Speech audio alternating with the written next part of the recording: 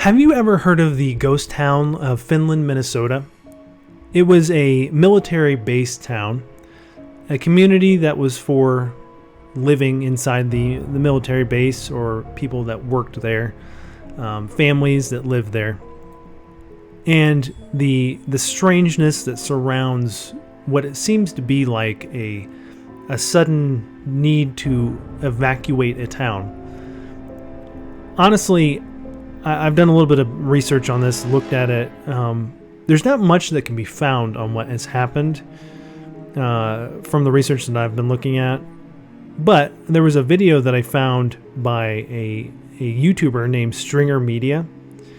And the title of the video is, "They Even Left Their Cars Behind. The Ghost Town of Finland, Minnesota." While I was watching this video, the first thing that I noticed while he's kind of looking over the town and you're looking at stuff is how much it compares to something like apocalyptic scene from movies or video games. And the first one that came to mind for me was the opening of when you come out of the vault in Fallout 4. It looks like Sanctuary Hills. It looks like just a couple streets, but Sanctuary Hills only has the one going through. But it looks like a kind of just like a cookie cutter house neighborhood, which is what that was in the video game. And just evacuated, torn up. Some houses are in better conditions than others. And then you still have people's things in there like they just got up and left in the middle of whatever they're doing. So as this guy was looking through, this YouTuber was looking through all these different houses, looking through all the different stuff, the first thing that he shows is a flipped vehicle. And what you come to notice throughout the theme of this video is the amount of things that are just left there that nobody else in the right mind would leave there unless they were absolutely forced to leave it there. And the reason I say that is people generally don't just abandon working vehicles. One being a flipped over car, one being a minivan that looked like it was perfectly fine. Another being a little, I think what he called it was a Suzuki. I can't remember the exact car at this point, but it looked like a pretty sweet car with the flames and everything.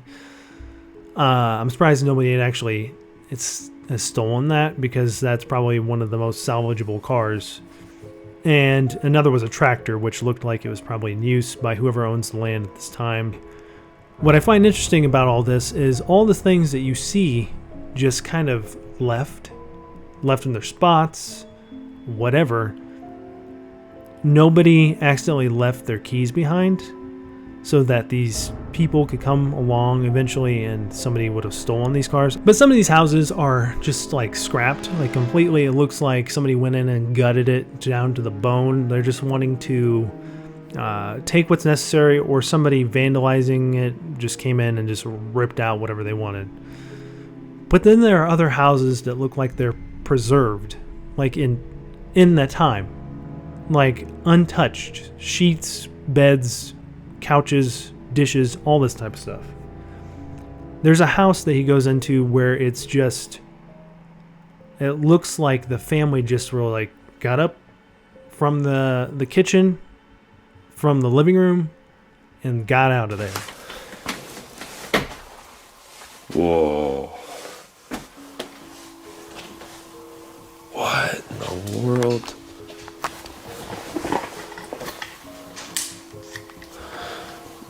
It really just looks like these people just got up and left. Because there's dirty dishes. And then you have TVs set up in the living room. It looked like a family was just sitting there. And then you have messy beds, but then you have like made beds. Wow.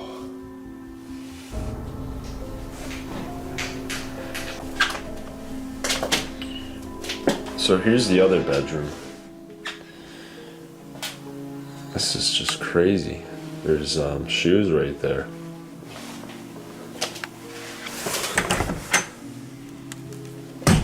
Whoa. And then you have people's shoes set up exactly like that's where they stored them. And they were planning on wearing them at some point. It wasn't like they just were...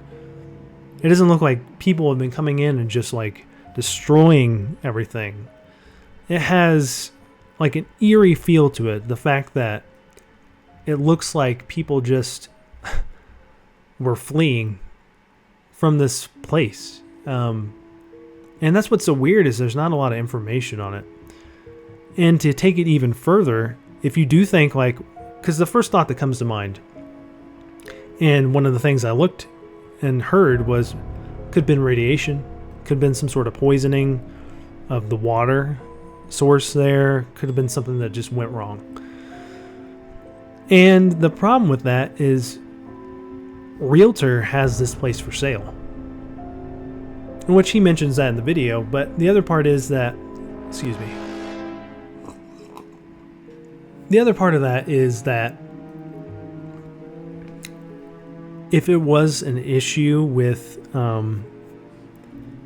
like the surrounding area being poisonous or toxic, or having some sort of nuclear issue with radiation, it wouldn't have just magically gone away for it to be able to be sold online for no problem. Because one of the things that the Realtor.com says on there is it's for sale, looking for somebody that has the cash to buy this and to make it into something like a resort or some sort of a location. Or I think one of the things they were talking about was like an upscale area for people to live in. And one of the cool things about putting out a video like this is you get people that may have even lived in these areas, and may have found some additional information, because I was looking up some information and there's not a lot given, but it's a little weird. Apparently there's people that have lived there. Like, my father was in the Air Force and got transferred there in 1970. And one of the things that people are worried about and are telling him, I wouldn't even go there unless you know that it's been tested, because you don't know what you're walking into. And that's true. Don't go into abandoned areas unless you know why they're abandoned, because something like this is, you don't know what's going on there. Because some of the other things that people are saying is apparently the groundwater and soil were heavily contaminated, but that still doesn't really tell you why why they left in such a hurry. Because if it was just the groundwater and soil being contaminated, you would at least still be like, well, okay, I get it, but I'm going to take my stuff. I'm going to take my brand new car. I'm going to take my shoes. I'm going to take my TVs. And unless the military was like, hey, we're going to cover all this stuff.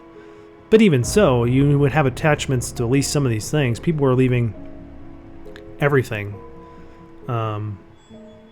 Dishes, pictures, beds, clothes, personal belongings, electronics. They were all just left behind in a hurry. Then another commenter said, multiple factors here, but I looked it up. Mostly abandoned due to underground tanks, radioactive materials, and hazardous waste contaminants in the ground, and had spread through a pipeline causing infection of the whole area. Also due to the entire base being built on a slope/peak, the fear of landslide or runoff or said contamination was a huge concern. Yeah, I could see all this being true. Obviously, whatever happened, they were expecting something sudden. It didn't happen, because all this material, all this stuff, all these housings, all these cars, all these clothes are still there. Some of these things in pristine condition. Someone did say that they found that the water was contaminated, which meant that just washing dishes or clothes and bathing meant you were exposed. So it says they panicked or led to a panic and fled to possibly forced to leave, which is odd, not coming back for vehicles, which means they may have gotten insurance money or could not or did not have salvage rights, which is odd. It is on a military base. It has to do with the government. So I don't know how that goes 100%. But to say you don't have the salvage rights to your own stuff that was in the house, I don't think they own the houses. It was on a military base, so it was probably just rented to them or something. I don't know what the how that works either. I'm not the smartest guy when it comes to the intricacies of the government and what they own and do not own in this situation. But it seems like a little weird because I understand the contamination of the water. Because if you're washing your hands with it, you're washing your clothes with it, you're washing your dishes, you're worried about being exposed to something contaminating or something that could kill you or cause problems, that would cause a panic. Anyway, there's a bit of creepiness to the fact that there's just this abandoned small community out in the middle of Minnesota, and that it's so pristine in some areas and so destroyed in others. And the fact that we don't know what happened. It kind of makes a great story. It makes up for a great mystery. It gives us something to let our minds run with and think about, which is fun. But it's also something that makes you want to go, what happened here? I want to know the full story. Why did everybody leave their things? What happened to these people? What happened to this community? And it's sometimes things like this, especially when it has to do with military stuff or government stuff, sometimes you don't know the full truth about it. And that's just how it goes.